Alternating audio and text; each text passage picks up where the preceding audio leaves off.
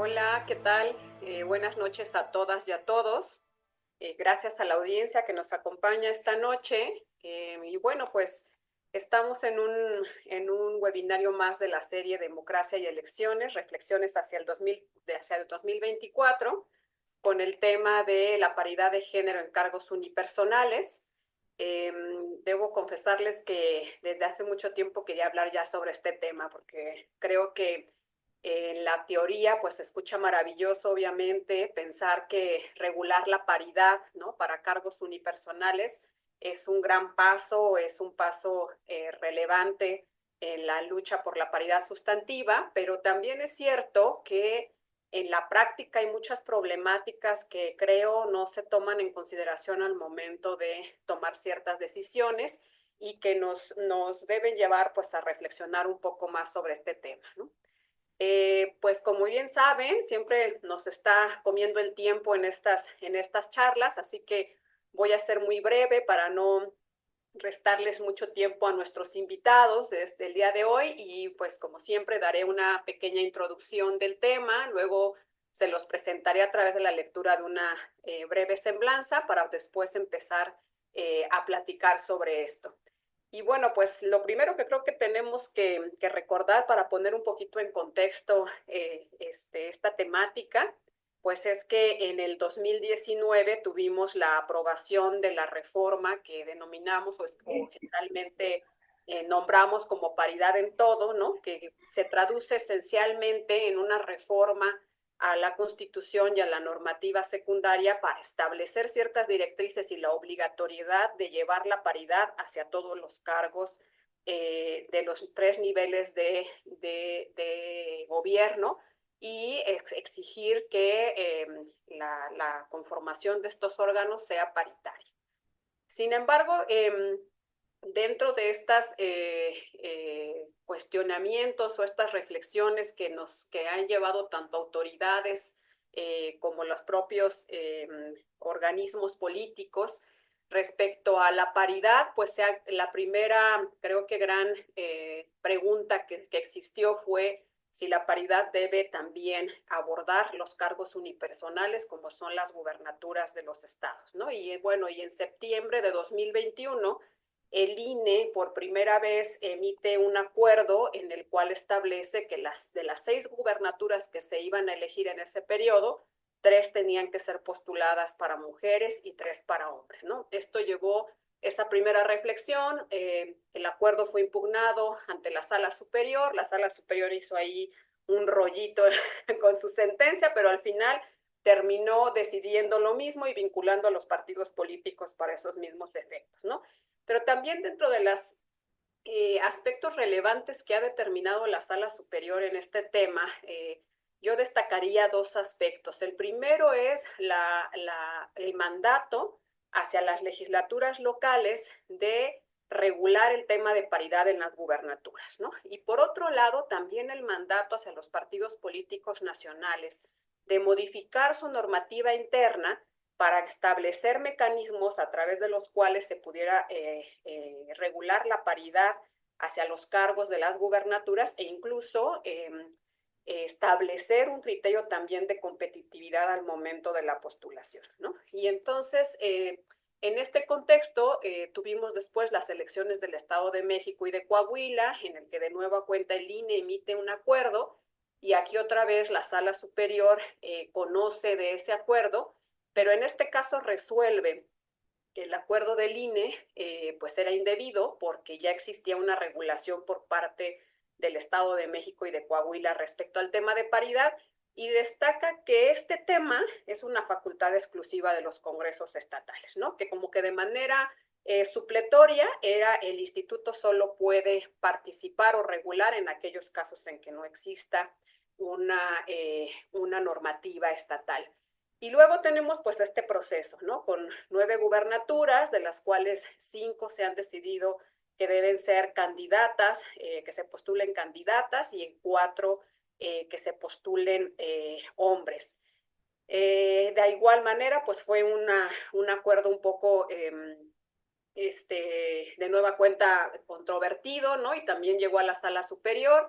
y hubo ahí cuestionamientos sobre por qué no se exceptuaba de esta regla dos estados, que por lo menos dos, porque creo que eran tres, pero dos que tenían de manera muy clara la regulación a nivel estatal, y en este caso la sala pues decidió no exceptuarlos, ¿no? Entonces, con todo este contexto, ya tenemos esta experiencia sobre los cargos unipersonales en las gubernaturas, la paridad en los cargos de gubernaturas, pues en enero de este año la Sala Superior emite una sentencia en la que declara que hay una omisión del Congreso de adoptar medidas legislativas para garantizar ahora el cumplimiento de paridad, pero en la presidencia de la República, ¿no?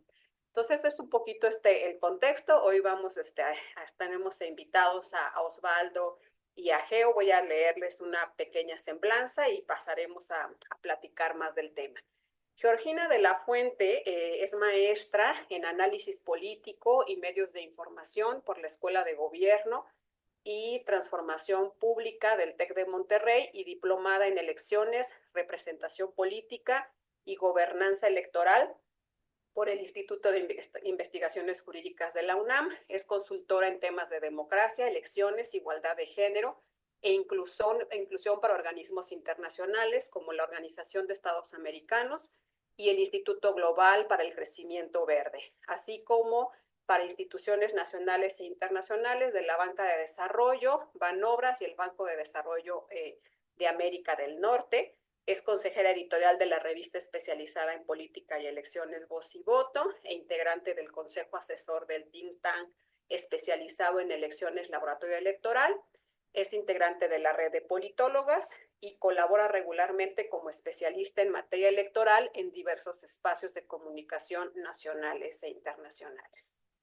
Osvaldo Chacón es doctor en teoría política por la Universidad Autónoma de Madrid, expresidente del OPLE de Chiapas y de la Asociación de Instituciones Electorales de las Entidades Federativas. Sus líneas de investigación y docencia están vinculadas a temas relativos a la teoría política y democracia, sistemas políticos y derecho electoral. Algunas de sus obras son La teoría de los derechos indígenas, problemas y libertades de los paradigmas políticos, Políticos incumplidos y la esperanza del control democrático, Dinero del crimen organizado y fiscalización electoral, Democracia plebiscitaria y Estado de Derecho y reflexiones teóricas políticas en torno a la consulta para enjuiciar a los expresidentes de México. Pues bienvenidos, Osvaldo, Geo, a este espacio de IntelliJuris. Y bueno, pues me gustaría empezar por el final, ¿no? Hablando de esta última sentencia que emitió la Sala Superior, lo primero que me gustaría saber de ambos es, pues, ¿ustedes qué piensan de esta resolución, no? ¿Era necesaria? Es lo mismo ordenar la paridad, la regulación de la paridad en las gubernaturas que en la presidencia de la República. Hay altas probabilidades de que pueda ser cumplida por el Congreso de la Unión, o cuál es como el pronóstico o el panorama que ven ustedes hacia el proceso de 2030. Si quieres, empezamos contigo, Geo. Adelante. Gracias, Nadia. Buenas tardes, noches a ti, a Osvaldo. Me da mucho gusto estar con ustedes y buenas noches a las personas que nos acompañan. A ver, a mí me gustaría empezar esta intervención como el back to basics, ¿no? ¿Qué dice la norma? O sea, para empezar, ¿qué dice la norma? Eh, bueno, a partir, como bien lo mencionaste en este resumen express que nos diste del caso, quedó a partir de la reforma paridad en todo, en el 35 constitucional, este derecho de la ciudadanía a ser votada en condiciones de paridad en todos los cargos de elección popular. Ahí lo dejan todos los cargos. Pero luego más adelante en el 41 se refiere específicamente a la renovación de los poderes legislativo y ejecutivo. Y respecto a la renovación de esos poderes, se establece que en la postulación de candidaturas se debe de observar la paridad. Es decir, ahí hay una mención específica al ejecutivo. Y desde luego, en el régimen transitorio, pues se ordenó al Congreso a regular esta cuestión y pues lo que tenemos hasta ahora es una omisión legislativa como con muchos otros temas. Ahora, aquí a mí me parece relevante destacar que no es casualidad que este tema no haya quedado regulado desde esa reforma. Y hay diversos textos, testimonios. Yo destaco uno de Lorena Vázquez Correa, donde rescata testimonios de algunas senadoras ¿no? que participaron en esa reforma, que pues hasta ahí les dio la negociación, que no querían meterse en la regulación específica de cargos unipersonales, concretamente gubernaturas, porque hasta ahí les dio la negociación, hasta ahí lograron el apoyo de sus compañeros senadores, legisladores, y pues lo dejaron pendiente, ¿no? Lo dejaron al aire para ver, pues ya veremos cómo se resuelve.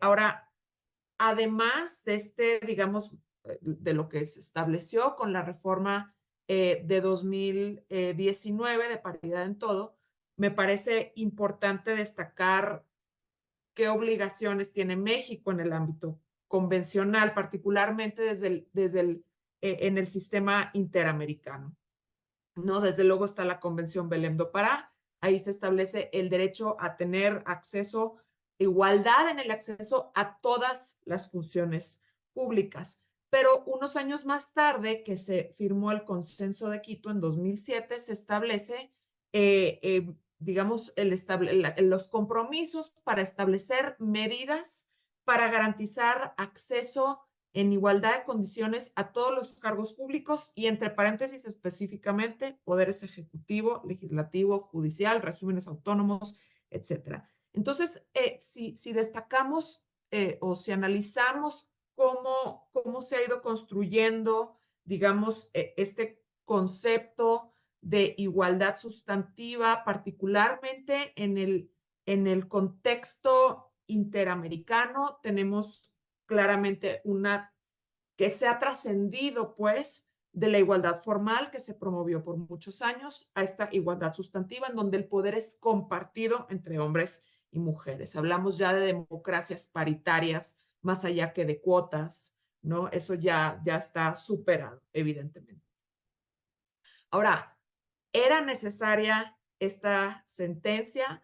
Pues a mí me parece relevante plantearnos pues cuál es el contexto, ¿no? de la aprobación de esta sentencia. Desde luego, pues para empezar, pues hay un recurso, ¿no? Presentado ante la Sala Superior por una ciudadana con un interés legítimo.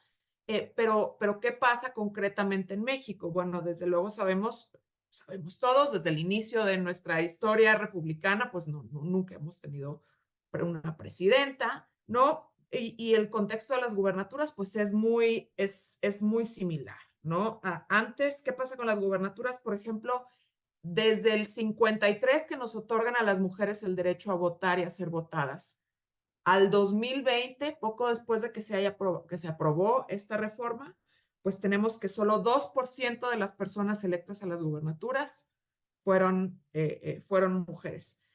¿Y esto a qué se debe? Pues ciertamente no es a que no hay mujeres, ¿no?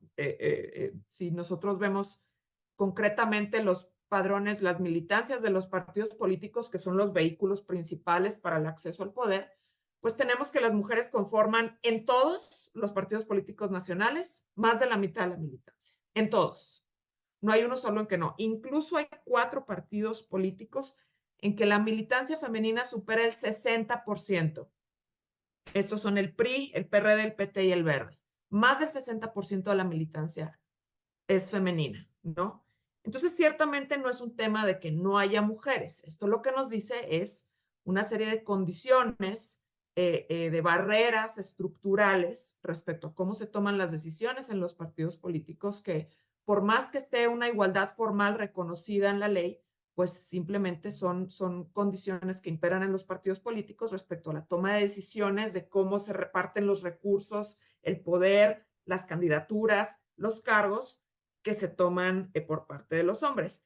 Incluso yo diría, después de que se aprobó la paridad como principio constitucional en el 2014 con la reforma, ya teniendo paridad, ¿no? Ya reconocida en la Constitución, digamos que entre el 2015 y el 2020 solo el 18% de las candidaturas a las gubernaturas fueron de mujeres. Es decir, la paridad no es suficiente, no ha sido suficiente, ¿no? Las mujeres participamos, estamos en los partidos políticos y simplemente por diversas condiciones no estamos en las candidaturas a los cargos ejecutivos, que son los de mayor responsabilidad, los de mayor poder en la vida pública, ¿no? Entonces, con este contexto, me parece que sí es necesario.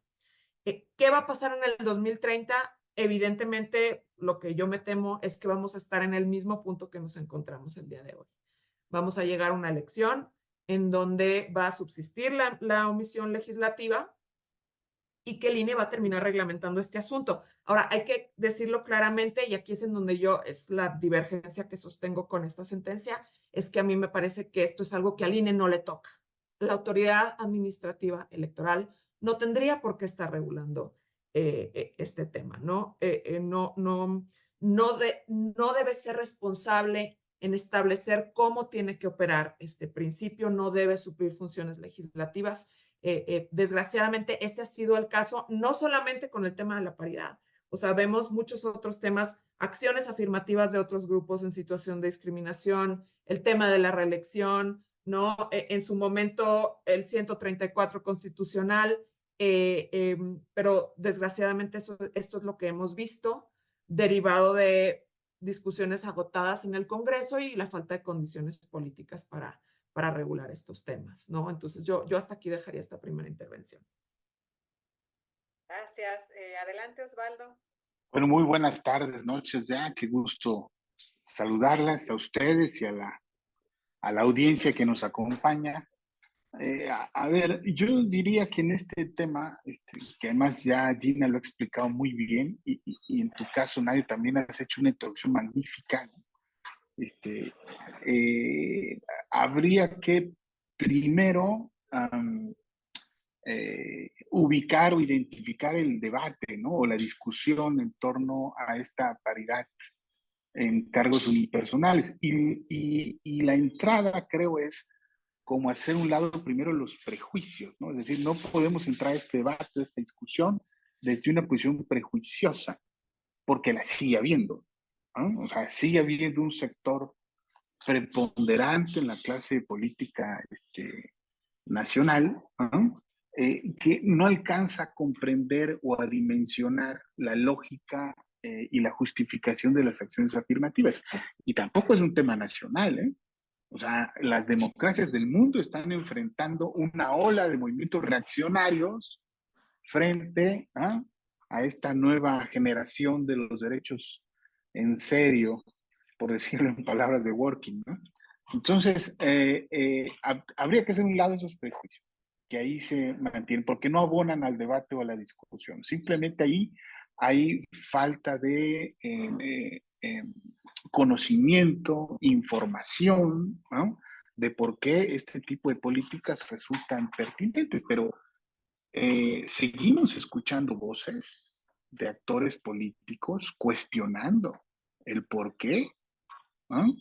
Se siguen estableciendo estas políticas para beneficiar a un sector, a un grupo, ¿no? Y apelando a que eso va en contra de un régimen de libertades, ¿no? Eh, Segundo punto, partiendo de no de una posición prejuiciosa o ignorante de la valía o la justificación de las acciones afirmativas, eh, dentro de quienes sí tienen un entendimiento y un compromiso a favor de la igualdad sustantiva, ¿no? Hay también una controversia muy fuerte respecto de, ¿no? La garantía de la paridad en cargos unipersonales, ¿no? Basta señalar que pues, no hubieron consensos, ¿no? Ni en el ámbito jurisdiccional ni administrativo, hubieron discusiones, debates importantes, ni qué decir en el Parlamento, ¿no? Que ya Gina nos explicaba que por este tipo de razones de desencuentros no se pudo avanzar en la materialización de lo que se estaba consagrando a nivel constitucional, ¿no?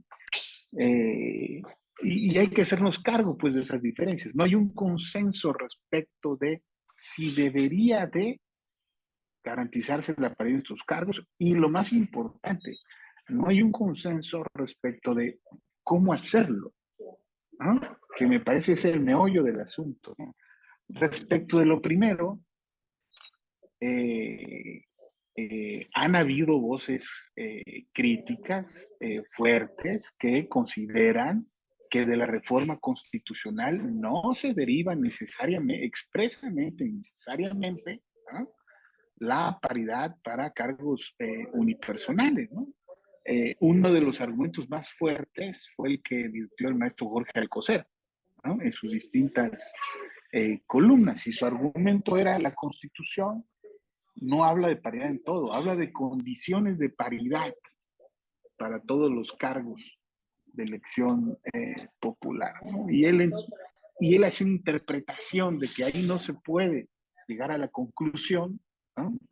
De que necesariamente tienen que aplicarse los criterios de paridad para órganos colegiados a cargos unipersonales. Lo cierto es que es una discusión más bien de carácter político, ¿no? E incluso teórico, doctrinal, ¿no? No constitucional, pues porque la Sala Superior del Tribunal Electoral del Poder Judicial de la Federación, pues ya interpretó esa disposición constitucional, interpretó en el sentido, ¿no? A raíz sobre todo del caso de Susana Harp, de la senadora, ¿no? Que sí aplica, sí da la disposición constitucional para garantizar la paridad en cargos unipersonales. En ese sentido, la constitucionalidad está superada, pero no el debate político, ni mucho menos teórico o doctrinal que persiste. También el maestro José Waldemar escribió una columna brutal, muy crítica, muy fuerte, ¿no? A su entendimiento, ¿ah? No se puede aplicar por analogía la paridad en cargos colegiados que tiene una explicación lógica, ¿ah? Para el tema de los cargos unipersonales, porque a juicio de él, y en esa parte coincide con Alcocer, estaríamos hablando ya de violaciones de derechos, ¿no? Es decir, un exceso, ¿no? Son opiniones que dan muestra, pues, que hay un debate abierto. No hay un consenso político respecto de esta cuestión. Y por supuesto que lo que nadie nos plantea es ir más allá, ¿no? Ya no es nada más el tema de las gubernaturas, que a estas las pusieron como en una tablita de Excel para, como si fueran un colegiado, ¿no? Y garantizar paridad, pero ¿qué haces con el cargo de la presidencia? Es único en todo el país, ¿no? Entonces, genera otras aristas y lo que hace es alimentar aún más este debate y visibilizar más la falta de consenso respecto a este tema. Seguramente yo voy a ahondar más sobre cuestiones muy particulares en relación a este punto, pero esperaría ahí que nadie vaya detonando con sus preguntas, ¿no? Gracias. De hecho, bueno, primero quisiera avisarles al público que nos está escuchando si tienen algún comentario o alguna pregunta, el medio es a través del chat para que por favor hagan uso de él. Y bueno, y luego justo pues a partir de lo que platica Geo y Osvaldo, ¿no? Creo que los tres coincidimos en que definitivamente, ¿no? El principio de paridad para hacerlo efectivo, pues tuvo que ser impulsado por muchos mecanismos, ¿no? Obviamente primero legislativos, luego jurisdiccionales, sin duda. La iniciativa del instituto a través de acuerdos, que son las herramientas con las que contaba la autoridad, para empezar a empujar el tema de la paridad en gobernaturas fue importante, ¿no? De hecho, mi opinión personal es que esta elección de mujeres candidatas hacia la presidencia de la República, pues es una consecuencia de ese empuje de que hay más mujeres participando en gubernaturas, ¿no? O ya siendo gobernadoras y más mujeres participando en las senadurías, la misma el mismo impulso de los órganos colegiados o de la paridad que se ha aplicado en los órganos colegiados ha dado como resultado pues la postulación de mujeres en los cargos unipersonales. Lo que yo creo que sí debemos, como decía Osvaldo, seguir platicando es el cómo, ¿no? O sea, probablemente lo que hemos estado viendo, por ejemplo, con el mandato de la Sala Superior de que los congresos locales regulen el tema de paridad en las gubernaturas, tiene diferentes dificultades. Por ejemplo, una de ellas es, pues como bien decían, no siempre es fácil sacar acuerdos políticos y yo creo que de alguna manera hay una cierta error o un problema del diseño de la forma en cómo se debe regular la paridad, ¿no? Por ejemplo, platicábamos en la introducción que la propia sala también ordenó a los partidos políticos nacionales que hicieran modificaciones a sus estatutos para garantizar la postulación de las candidaturas a las gubernaturas, no solo de manera paritaria, sino que también a través del principio de competitividad, ¿no? Entonces, supongamos que hubiese cada estado regulado ya a nivel estatal el principio de paridad, no hubiera habido una contradicción, ¿no?, entre la regulación estatal, que la regulación estatal pues solo va a impactar hacia el estado, no puede ver de manera global la postulación de las candidaturas, aun cuando un partido político nacional sí está obligado a ver de manera global si es que quiere postular de manera competitiva, ¿no? Cómo va a acomodar sus postulaciones o sus candidaturas, ¿no? Entonces, por ejemplo, esto de que el mandato constitucional sea hacia las legislaturas locales, digo, entiendo que es un tema de cuestión de respeto a la federación, pero creo que en la práctica pues no es muy viable, ¿no? Entonces, quisiera ver si, Osvaldo, nos puedes seguir abundando un poco sobre este tema. O sea, creo que en el diseño, en la forma en cómo se parece que nos estamos yendo, ¿no? Probablemente creo que ahí es donde existe la problemática, ¿no? Sí, definitivamente. Lo que hemos hecho es que vía jurisprudencial se han establecido como los elementos, ¿no?, para garantizar la paridad vertical, horizontal, sustantiva, ¿no? Y se ha aplicado se ha querido que se apliquen los mismos criterios para el caso de gubernaturas o de presidencia de la República. Yo creo que el tema, el debate es justamente lo que literalmente se estableció en la Constitución, que implica generar condiciones de paridad o paritarias, ¿no? Y para generar condiciones de paridad es, solo deben haber mujeres compitiendo, ¿no? Es una primera pregunta que había que generar, ¿no? O se pueden explorar otras opciones, porque me parece que se han dejado de revisar otro tipo de alternativas. Por ejemplo, eh, si se estableciera la obligación de que en los procesos internos de los partidos políticos, ¿no?, hubieran registros 3-1, ¿no? O sea, no dejas afuera los varones, hay una mayoría de mujeres, el hecho de que haya mayoría de mujeres pudiera generar mejores condiciones para que ellas pudieran obtener las postulaciones.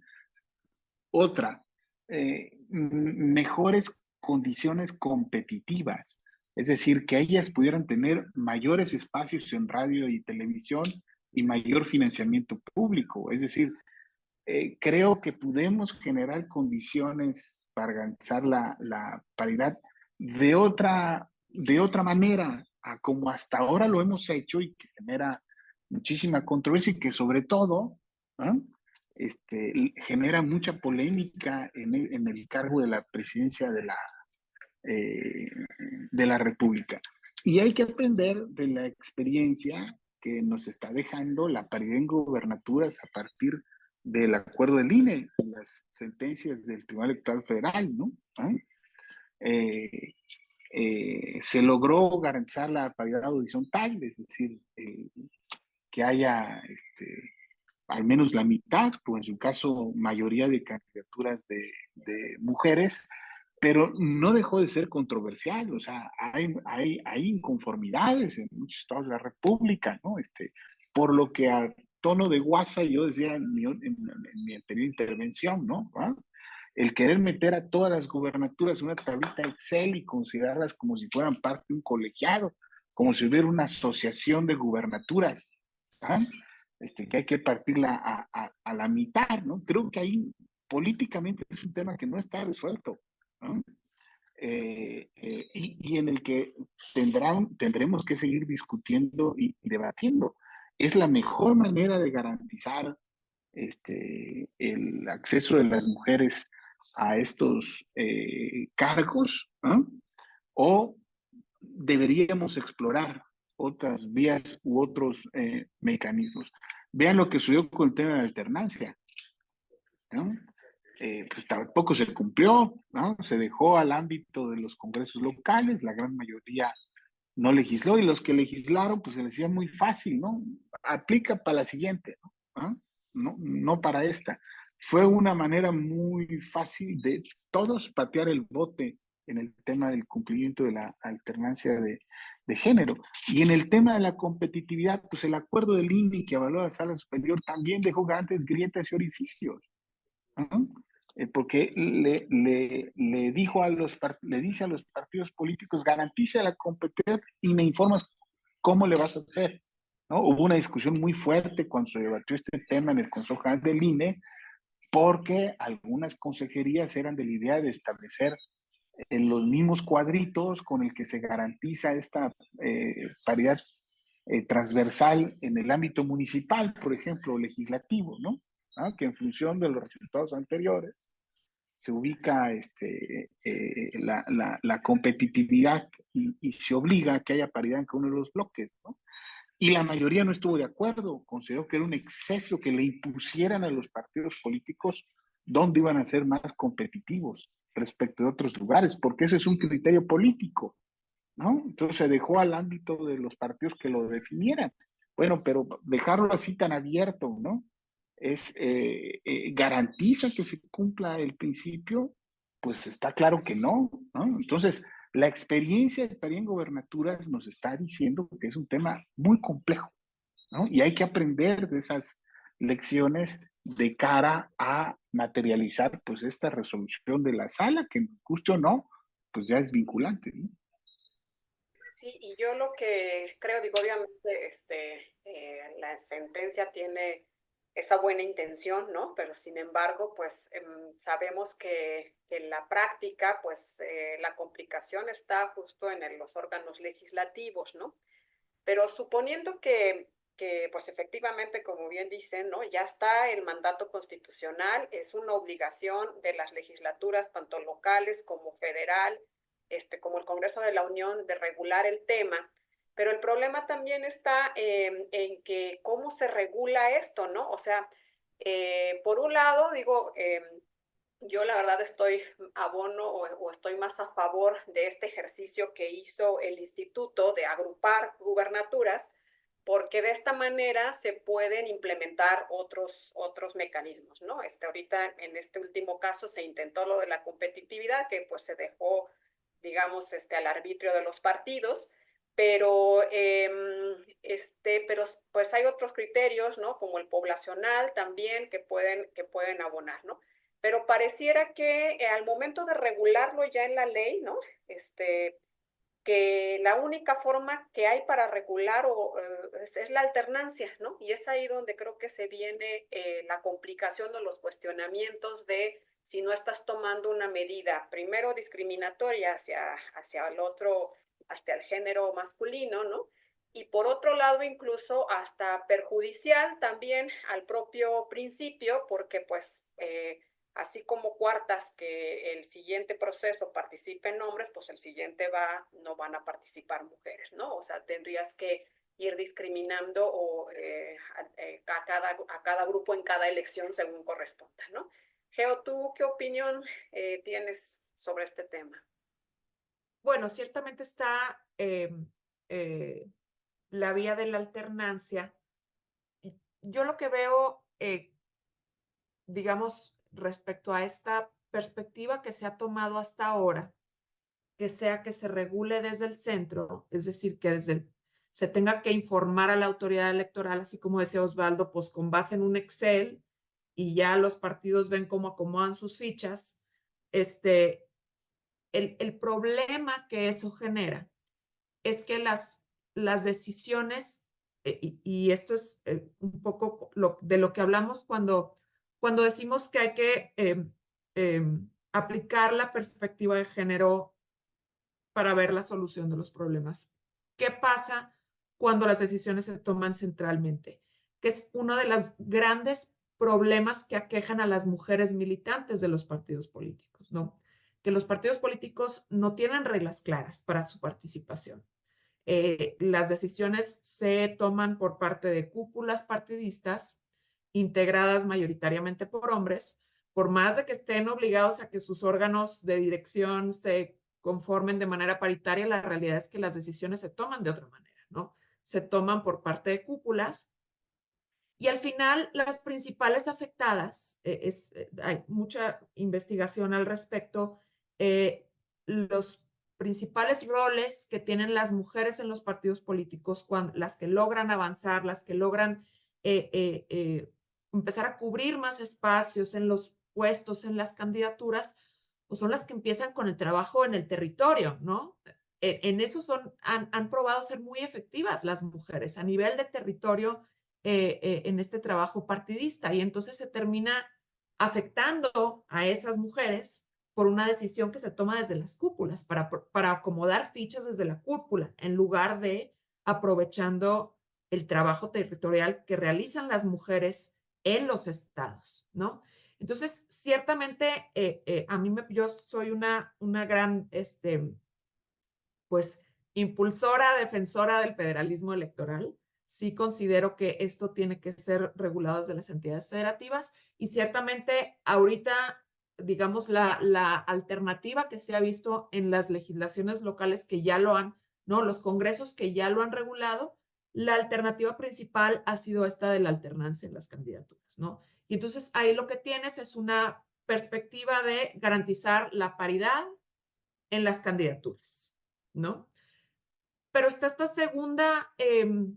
segunda perspectiva que se ha ido impulsando un poco más en los últimos años, particularmente yo en mi primera intervención hablaba de del rumbo de la discusión sobre la paridad, sobre la igualdad y la garantía de los derechos políticos de las mujeres va hacia la democracia paritaria y habla no solamente de garantizar espacios para las mujeres en las candidaturas, sino de garantizar espacios para las mujeres en la integración de los órganos, ¿no? En el ejercicio de los cargos.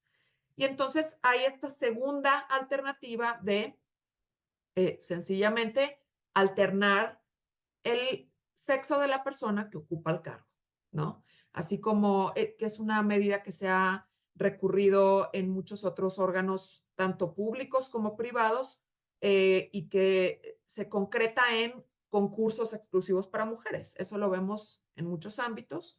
Y entonces esa es la segunda perspectiva, ¿no? Es decir, si la gubernatura saliente es hombre, pues abrir convocatoria al proceso electoral siguiente para puras mujeres, ¿no? Esa sería la segunda y eso te garantiza una paridad en el ejercicio del cargo, que por cierto ya hay antecedentes importantes. De entrada, la sentencia histórica de la magistrada Soto, precisamente después del proceso electoral 2021, en que mediante una sentencia se ordenó para que la asignación de diputaciones plurinominales se diera en cierta medida de modo que se garantizara una integración paritaria del Congreso, porque la paridad no se agota en las candidaturas, ¿no? Sino que se debe de agotar en la integración o en el ejercicio de los cargos, ¿no? Entonces, esas son las dos vías que hasta ahora yo vislumbraría. Gracias. Pues creo que dos temas que todavía creo que podemos conversar, ¿no? La primera sería pues seguir como, quisiera como escuchar a Osvaldo a ver si este tema de la alternancia, ¿no? Yo creo que sí sí puede generar un efecto adverso hacia el futuro. O sea, supongamos en una elección, ¿no? Que tú estableces la postulación alternada de los géneros según el partido político haya postulado, ¿no?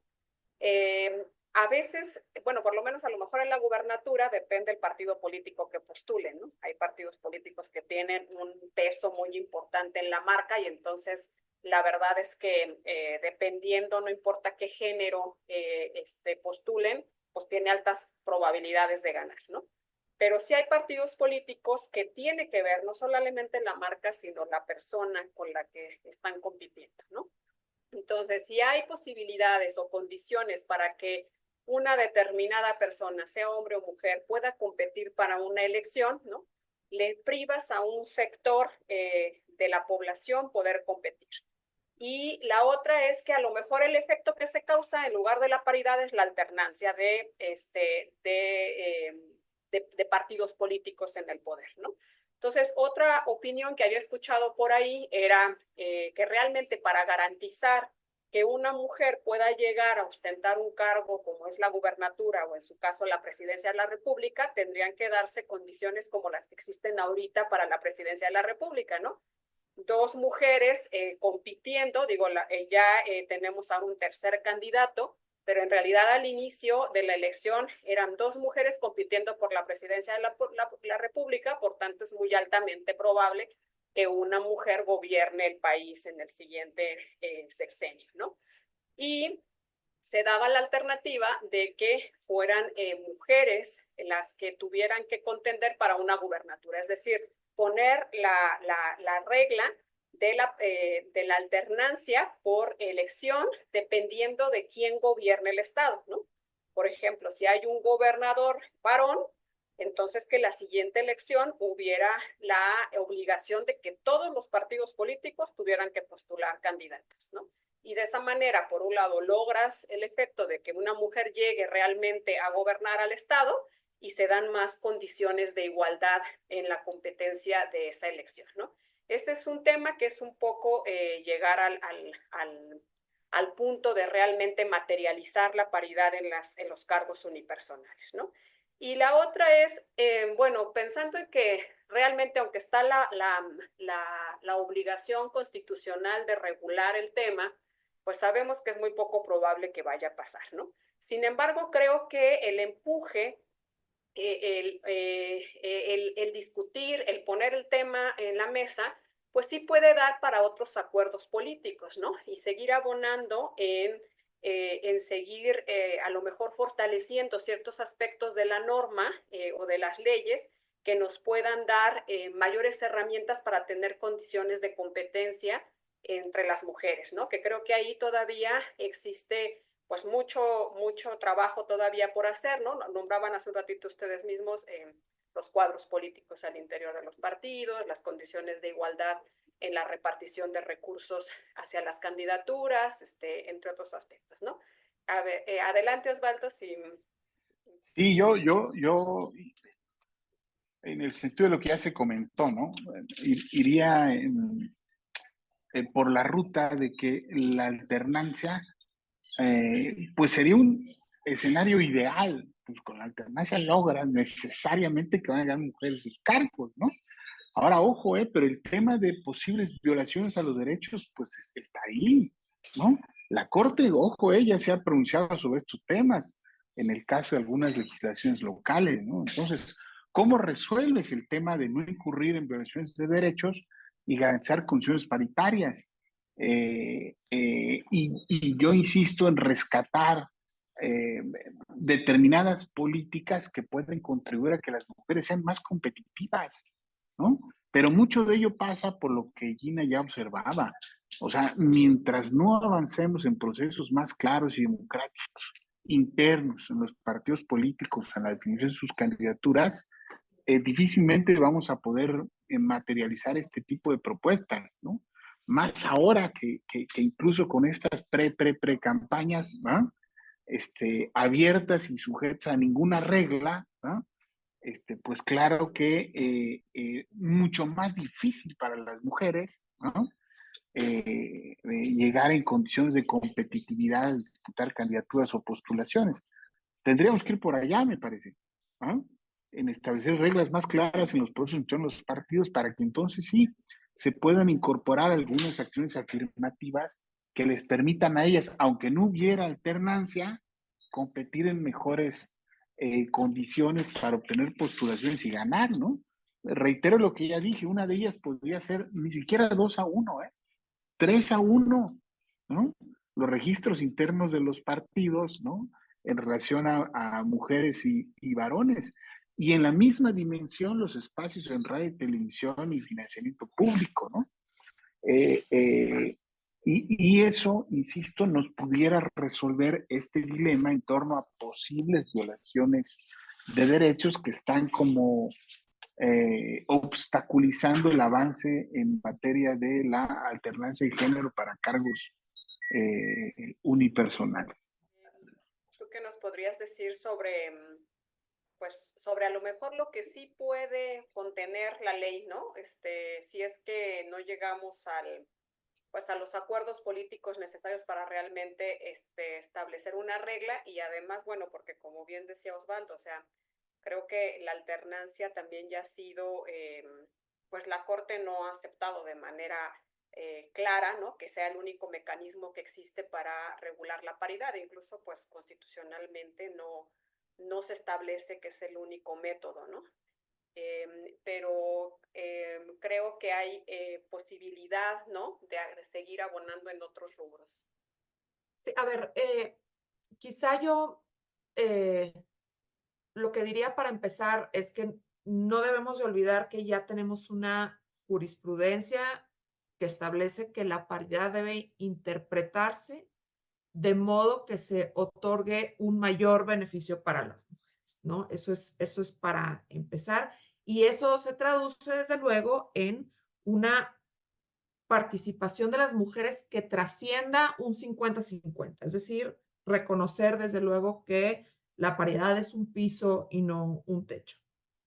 Y en segundo lugar, pues me parece que debemos de observar cuál es, a pesar de que no se ha implementado de la mejor manera, es decir, que desde una cúpula central a nivel nacional se decida pasando sobre las militancias locales y el trabajo de las mujeres que se hace a nivel local, a pesar de que eso no se ha respetado, lo cierto es que la paridad en las gubernaturas, al menos hasta ahora, ha producido el efecto deseado. O sea, no es menor que desde 2021, en que se aplicó por primera vez, hasta apenas la elección del año pasado, pues se han logrado elegir 9 gobernadoras, que es el número que teníamos total desde el inicio de nuestra historia, ¿no? Hasta este momento. Entonces sí se está produciendo el efecto deseado.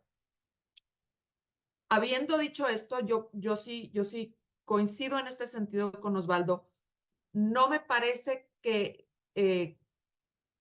la paridad en cargos unipersonales sea la única forma ni la más efectiva para transitar hacia democracias paritarias, ¿no? Que es el anhelo, ¿no? O este anhelo democrático que tenemos y de lo que estamos hablando. Ciertamente, tener este tema, la paridad en estos cargos de mayor responsabilidad, no es la única manera. Y yo aquí sí me gustaría abundar en otros aspectos. Ya Osvaldo mencionaba unas ideas, ¿no? Algunas ideas de qué otra manera se pueden impulsar los liderazgos de las mujeres, la participación política de las mujeres y que se vean garantizados y maximizados sus derechos políticos. Los partidos políticos siguen siendo los principales espacios de violencia política contra las mujeres en razón de género. El número 1. De acuerdo a muchos estudios, están los partidos políticos primero y los espacios digitales en segundo lugar. Entonces, En este sentido, pues sí vale la pena mencionar que a partir de la reforma en materia de violencia política contra las mujeres en razón de género, se dio un mandato muy específico para que los partidos políticos puedan modificar sus documentos básicos para incluir disposiciones en este sentido. Y pues a ver, eso fue desde 2020. Estamos en 2024, apenas están cumpliendo la mayoría y hay un partido político que sigue sin cumplir y ya, ¿no? Y ya se le reiteró y reiteró y sentencias por incumplimiento, etcétera. Entonces, eso en primer lugar. El tema de la violencia política en los partidos políticos es un temazo que se tiene que seguir investigando y se tiene que seguir insistiendo. Y me parece que si partimos de ahí, eso automáticamente, y de que los partidos políticos tengan procesos más claros, transparentes, que se construyan contextos de mayor exigencia para los partidos políticos, pues ahí eso va a significar un avance muy importante hacia una democracia paritaria. Eso en primer lugar. En segundo lugar, tenemos disposiciones muy claras en la ley respecto a este financiamiento público del 3% de actividades ordinarias de los partidos políticos para la promoción de los liderazgos de las mujeres. Ese es un tema que sigue siendo un problema todos estos años después, que ya son bastantes. Desde que tenemos esta disposición en la ley, no puede ser posible. O sea, recién vimos la discusión en el Consejo General, los dictámenes de fiscalización por el ejercicio de 2022. El tema del subejercicio o de gastos con objeto no partidista sobre este recurso etiquetado al 3% es uno de los más sancionados. O sea, es motivo de las mayores sanciones por temas de fiscalización de los partidos políticos. ¿Por qué sigue siendo esto un problema? O sea, ya la autoridad electoral hizo protocolos, manuales de buenas prácticas, capacitaciones, y saben que la mayor parte, o sea, la mayor cantidad de personas encargadas de las unidades de administración de los partidos políticos sigue estando a cargo de hombres, ¿no? Y entonces las mujeres no entran en esas decisiones de cómo se debe hacer ese gasto. Entonces ahí tenemos un segundo concepto. Y así nos podemos ir con varios conceptos que son deudas pendientes de los partidos políticos para garantizar mejores condiciones de participación para las mujeres que van a tener más impacto para generar contextos paritarios de igualdad para la participación política de las mujeres que una regla a rajatabla de la paridad en cargos unipersonales. Y eso es lo que sí me parece muy, muy, muy importante destacar. Yo por ahí lo dejo para ver si hay algún comentario, alguna pregunta.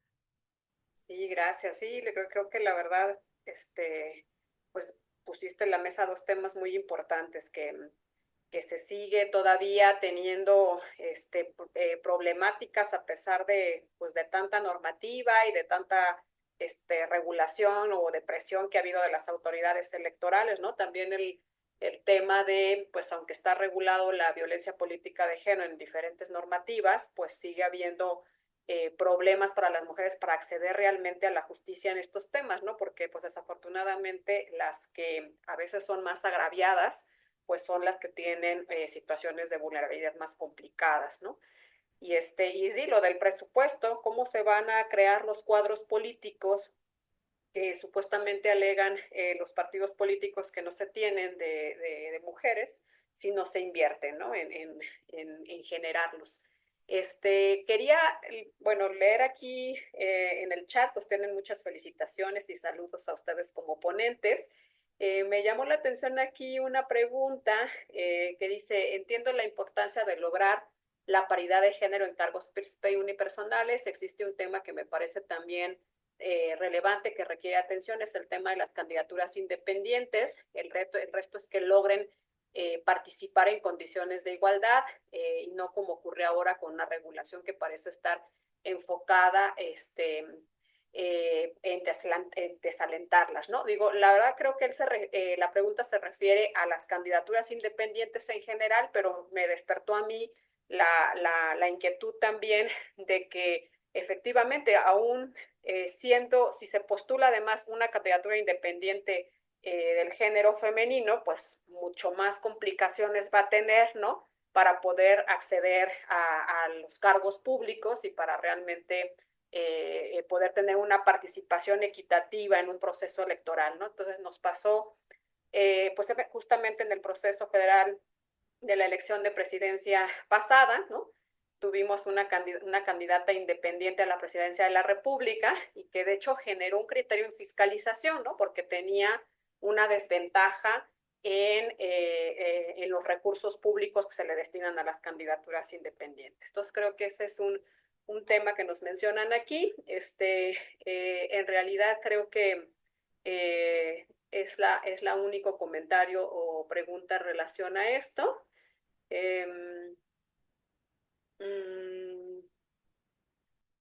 Sí, y bueno, pues nos hablan también de que no Bueno, va. perdón, Nadia, en 2018 el caso de Marichuy, ¿no? La líder También, indígena, indígena. ¿no? Apoyada por el ejército zapatista, y pues que se le aplicaron a rajatabla las reglas establecidas sin ninguna consideración, perspectiva de género, ¿no? Y ahí están las consecuencias, ¿no? Que se evitó la posibilidad de que pudiera participar, ¿no? Sí, exacto, se me estaba olvidando ese ejemplo que es aún más ejemplificativo pues, de las condiciones de poca igualdad que existen para ciertas candidaturas, ¿no? Este, me, gus- me, me gustaría saber cómo pueden medir la violencia de género para así proponer soluciones al efecto, dice en un comentario. Los partidos políticos cada vez son más claros en decirnos que sus intereses cabe preguntar si los partidos políticos deben seguir siendo el cauce principal para postular candidaturas. Bueno, pues son los comentarios que tenemos en el chat. Nos quedan 5 minutitos para cerrar el webinario. Me gustaría darles el uso de la voz de nueva cuenta a Osvaldo y luego a Geo para que nos den sus reflexiones finales y pues de paso contestar las preguntas del público. Adelante, Osvaldo, gracias. Yo, a ver, como reaccionando un poquito a los comentarios ahí de la audiencia, ¿no? La verdad es que mucho del reto que se tiene está en el ámbito de los partidos políticos, pero tampoco hay que verlos como instituciones lastres, ¿no? O dañinas para la democracia. O sea, eso es un error de apreciación. Entiendo que las dinámicas partidistas con sus vicios que no son de ahora, sino de siempre, así nacieron, así evolucionaron, maduraron y permanecen, ¿no? Pudieran generar ese tipo de sensaciones, pero tenemos que hacernos cargo también que sin partidos políticos ninguna democracia es posible, ¿no? Cuando se ha pensado en alternativas a los partidos políticos, generalmente eso ha terminado en regresiones autoritarias, ¿no?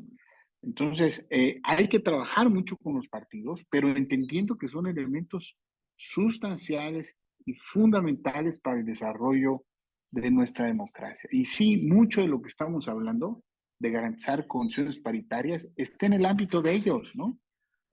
A efecto de no violentar derechos, ¿no? Mucho dependerá de los compromisos éticos, de la transparencia, ¿no? Con el que ellos actúen y procesen sus determinaciones. Y eso no es alentador porque, pues en lugar de que, porque los mensajes que constantemente mandan van en un sentido contrario, ¿no? ¿no? Otro es, insisto, como a modo de cierre y conclusión, la Constitución es muy clara, ¿no? Y tenemos ya no podemos eh, tener dilemas o dudas respecto si debe de garantizarse la paridad en esos cargos, ¿no? Ya la Sala Superior interpretó lo que dice la Constitución y no hay para dónde hacerse, ¿no? y el reto entonces es cómo lo materializas. Y en eso del cómo lo materializas, creo que sí tenemos la obligación de aprender, ¿no?, las lecciones que nos deja el tema de paridad en gubernaturas, y también de abrirnos a explorar otro tipo de alternativas, porque creo que el problema ha sido ese, ¿no? Que como nos ha funcionado en el ámbito legislativo y local, garantizar la paridad en sus distintas vertientes de una manera, ¿no? Querer extrapolarle a este tipo de cargos, ¿no? Pudiera generar problemas de materialización. Entonces yo me quedaría con eso, ¿no? En la necesidad o la importancia de tener mucha apertura, ¿no? Para garantizar la paridad en cargos unipersonales. Estamos hablando principalmente de presidencia de la República, sin que ello implique violaciones a derechos. Sí se puede, ¿no? Pero habrá que ser muy creativos, tener mucha voluntad política y sobre todo contar con el acompañamiento de los partidos políticos, ¿no? Sí, claro. Geo, adelante. Sí, coincido. Yo creo que sí tenemos que seguir el trabajo con los partidos políticos. Yo sí considero que soy una firme creyente en un sistema de partidos fuerte como la base de cualquier democracia. Em, y sí considero que el trabajo con los partidos es fundamental. Como mencioné hace unos momentos, son el principal espacio donde se ejercen violencias contra las mujeres en el ámbito político y eso es lo que tenemos que buscar modificar, ¿no? Y considero que tenemos, habiendo dicho todo esto, también hay que reconocer que tenemos avances indiscutibles en este tema, ¿no? Tanto en los partidos como en en todo lo que tiene que ver con garantizar mejores condiciones para la competencia con las mujeres. Tan solo por mencionar un tema, por ejemplo, me parece un gran acierto del INE que ahora tengamos para estos procesos electorales estas acciones afirmativas de segunda generación, como se le empiezan a llamar en la literatura, como lo son, desde luego, la garantía de que en su financiamiento por concepto de gastos de campaña se obligue a los partidos a destinar al menos la misma cantidad de financiamiento para las campañas de los hombres que las campañas de mujeres. Todavía en el último proceso electoral federal se obligó a una cuota de al menos el 40% y desde luego la discusión era, ¿cómo que un 40%? Si tenemos candidaturas paritarias, si tenemos 50-50, ¿cómo por qué no se va a exigir que se gaste en esa misma proporción, ¿no? Lo mismo para el acceso a los espacios en radio y televisión. Y eso me parece que es un gran acierto para este proceso electoral y medidas que pueden realmente hacer la diferencia para que las mujeres puedan hacer sus campañas y puedan ser competitivas y puedan lograr a llegar a ocupar los cargos públicos, ¿no? Entonces, a pesar de estos retos que yo coincido con Osvaldo, tenemos que ser creativos, creativas, tenemos que seguir abiertos y abiertas al debate, a la reflexión, partiendo de un reconocimiento número uno de que este no es o sea, lo que está a debate no es sobre si las mujeres y los hombres deben ejercer sus derechos de manera igualitaria en el terreno político. Eso ya está superado. Son los cómo. Y ahí es en donde podemos ser creativos y donde tenemos que tener mucho, pues sí, mucha voluntad para la reflexión y para el debate. Yo les agradezco a los dos su tiempo, ¿no? Sus experiencias, su conocimiento. Hemos aprendido mucho de ambos. Creo que estos temas justo son a través de estos tipo de actividades, de webinarios, de charlas, es como podemos seguir reflexionando sobre esto. Y pues agradecerles también a las personas que se conectaron al webinario, recordarles que está alojado, se queda alojado en el canal de YouTube de IntelliJuris por si en algún momento quieren volver a repetirlo. Y bueno, pues agradecerles de nueva cuenta a todas y a todos. Muchas gracias y buenas noches.